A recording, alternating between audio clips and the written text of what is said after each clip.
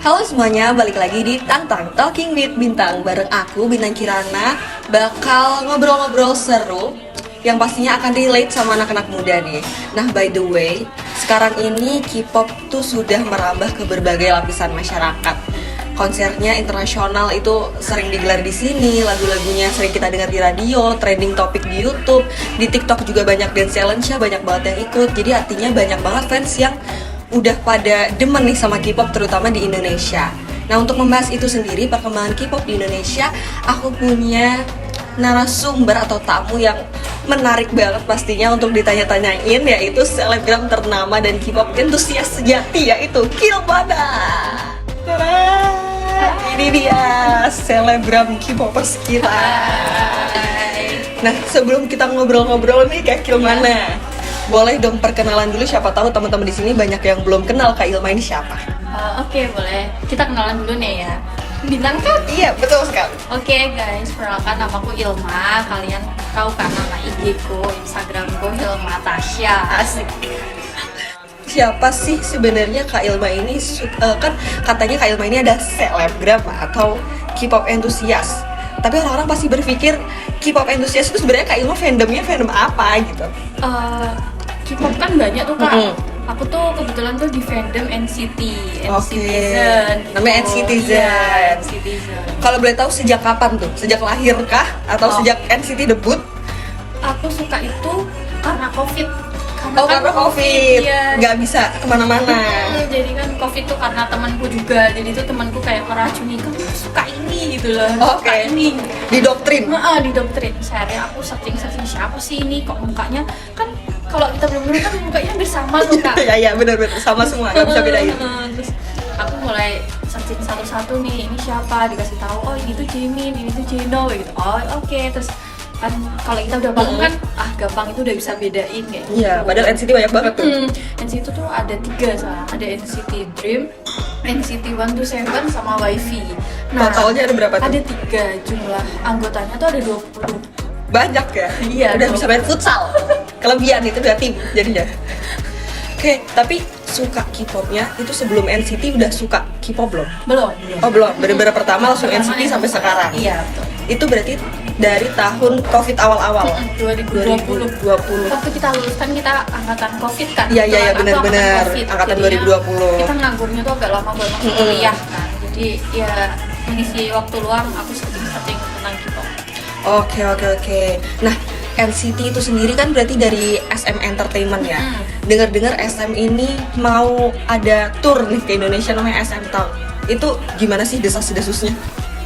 Untuk desas-desus sih kayaknya nggak ada. Emang udah kemarin itu udah war tiket. Oh udah war. Udah war kemarin tanggal 9 sama tanggal 11. Itu ada 2 hari. Terus aku kan ikut war nih. Oh ikut, dapat nggak? Dapat tiket. Oke, tanggal berapa tuh? Tanggal 23 September besok.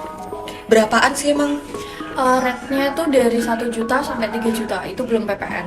Kalau kena PPN lebih mahal ya saya. tahu kan PPN berapa Kak? Berapa tuh? 15%. 15% dari 1 juta aja itu. Iya. Berarti lumayan lah ya. Oke, nah tapi di situ ada calo-calonya atau enggak? Kayak orang-orang yang belum dapat, yang belum kedapatan pas war ini masih bisa beli nggak sih? Kalau calo itu dari sebelum-sebelumnya kan pasti banyak tuh Kak. Tapi untuk SM ini karena di GBK kan kuotanya kan banyak. Sampai sekarang aku tadi searching buka webnya masih ada. Oh masih ada kuotanya, jadi kayak warnya nggak war-war banget gitu ya. Lebih gampang gitu, padahal kemarin aku udah sempet panik tuh sama temen udah kayak kesetanan gitu kan, takut gak dapet. Iya benar. Sampai sekarang masih ada kuotanya. Oke, tapi pernah ada pengalaman sendiri nggak ketipu calo gitu? Alhamdulillah belum ada sih. Oke, tapi emang serem sih ketipu calo tuh guys. Kayak pada berani pakai KTP, padahal nipu. Oke, langsung aja aku mau tanya-tanya tentang perkembangan K-pop itu sendiri di Indonesia nih. Karena kan kita semua tahu ya kalau K-pop itu udah jadi fenomena global. Jadi gimana menurut Kak Ilma sendiri tentang perkembangan K-pop itu terutama di Indonesia?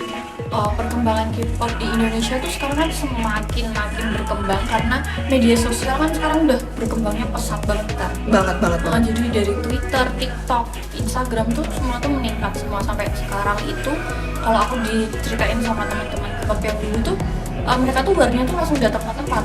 Kalau sekarang kan luar tiket lebih gampang ya gampang online dari web kayak gitu. Terus sekarang yang suka sama K-pop tuh juga semakin banyak kak, kan dari sebelumnya kan Iya. Ada angkatan kecil-kecil juga ya. ya dari SD udah pada suka tuh sekarang kan. Kalau dulu ya anak-anak suka tapi tuh nggak sebanyak sekarang gitu. Oke. Tapi dengan perkembangan itu sendiri yang terlihat sangat pesat saat ini tuh ada plus minusnya apa nggak sih? Plus minus dari perkembangan K-pop itu. Kalau perkembangannya plusnya mungkin lebih artis jadi melirik Indonesia kali ya. Oh, sering iya. sering konser kayak gitu ke Indonesia. Terus pengalaman buruk pernah sekali tuh Deling itu Apa itu? NCT 127 konser di Indonesia. Itu rusuh, pernah denger nggak? Yang nggak sih, di nggak denger. Dewannya itu sampai konsernya itu diberhentiin kak. Waduh. Karena rusuh Serem. gitu. Terus kebetulan tuh sampai D3 kan. Nah di situ itu akhirnya yang D1 tuh kan diberhentiin, terus di D2 sama D3-nya tuh mereka berusaha, ayo dong jangan kayak gitu, jangan malu-maluin Indonesia. Oh iya, gitu benar. kan. Terus ya yang penting kalau suka sama idol kita jangan terlalu berlebihan sih, jangan sampai mengusik dan mengganggu idolnya. Lebih bijaksana ya ngefansnya, Iya. benar-benar. Apresiasi buat idol kita tuh kasihlah positif apresiasi mereka lewat komen di Instagram, pokoknya di media sosial. Buat mereka itu kasih komen yang positif, jangan kasih komen negatif, karena mereka itu capek. Maksudnya mereka itu kan ada konser dari negara ini ke negara ini kayak gitu, Muter ya, seluruh dunia. Terus habis itu belum ditambah komen-komen negatif kan, mereka mungkin jadi overthinking. Iya. Udah capek-capek kok malah dikasih head comment kayak gitu sih. Ya karena sebenarnya mereka tuh sudah baca ya, ngebacain baca. komennya. Oke. Terakhir deh, ada pesan-pesan khusus nggak untuk para fans-fans di Indonesia yang mungkin bikin rusuh atau emang ada yang baru-baru, fans baru-baru? Ada pesan khusus nggak? Pesannya sih pokoknya jangan berlebihan sih guys, pokoknya kasihan idol K-popnya. Umpamain aja dari diri kita sendiri nih, kalau kita kayak punya head comment ya itu kan kadang kita jadi overthinking Benar. kan. Terus jangan musik idolnya sih, pokoknya jangan mengusik tentang hal privasi pribadinya. Betul. Itu jangan diusik banget, karena itu hak dia sendiri gitu loh, kayak kita punya hak juga kan gitu. Ya sewajarnya aja selagi kita ngefans sama orang-orang. Oke, jadi intinya kita kalau misalnya fans sama sesuatu itu sewajarnya aja. Jangan Dan berlebihan. itu kita ngefans berikan dampak positif ke mereka, berikan dampak positif juga ke diri kita sendiri. Iya. Siapa tahu itu juga bisa jadi inspirasi kita gitu, jadi penyemangat kita. Karena kalau dengar-dengar dari teman-teman yang suka K-pop gitu, fans K-pop itu, para K-pop itu tuh yang bikin mereka semangat di menjalani hari-harinya Iya, betul, gitu. Kak. Oke, thank you banget Kak Ilma udah mau ngobrol-ngobrol sama aku. Sama-sama, Semoga kita bisa ngobrol-ngobrol lagi dan siapa tahu aku bisa diajak ke konser-konsernya gitu kan. Diracuni. Besok kita nonton Iya. nih. Kayaknya habis ini aku juga diracuni biar suka sama NCT gitu ya. Oke, thank you banget.